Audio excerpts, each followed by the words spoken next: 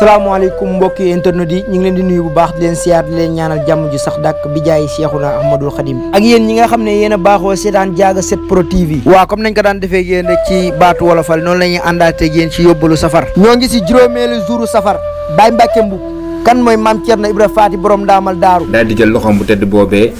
teg ko ci boppal Serigne Modou Moustapha Mbacke ak boppal Serigne Fallou daal ne dénk na la yàlla ak yonent bi ak seen baay Thierno sandarma sax nga naan ko ndar ngay jaari mu jaari ndar ga bëgg mel ni daaru ñu daal di koy jàllax mu wéy ndakaaru boo déggee la mbër ma wax nga daal di waaru isaa sakartu saalikal nabita wa saalikal lamina wa sabura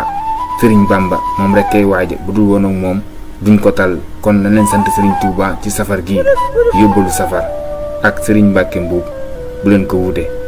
la voie de la paix, de l'espoir, de l'espoir, de l'espoir, de l'espoir. tuwaar fakàlla macha allah Baye Mbacke Mboup wax ji mën na matale na waa kon nag ñi ngi fas yéene ànd ak yéen ci safar si ci fukki fan ak juróom di ñaanalaat Cheikh Mouhamadoul Mountakha Mbacke mu yàgg fi lool te ànd ko wér kon nag ñoo ngi leen di jox dig daje ba suba ak jàmm ci yeneeni waxtaan wi nag ñoo ngi ciy ànd ak Diaga Pro 7 TV ak Sene Pro TV kon nag abonné leen aimé leen partagé leen ndax ñu gën a mën a wéyal liggéey bi kon nag ñu yend ak jàmm. Diaga 7 Pro TV,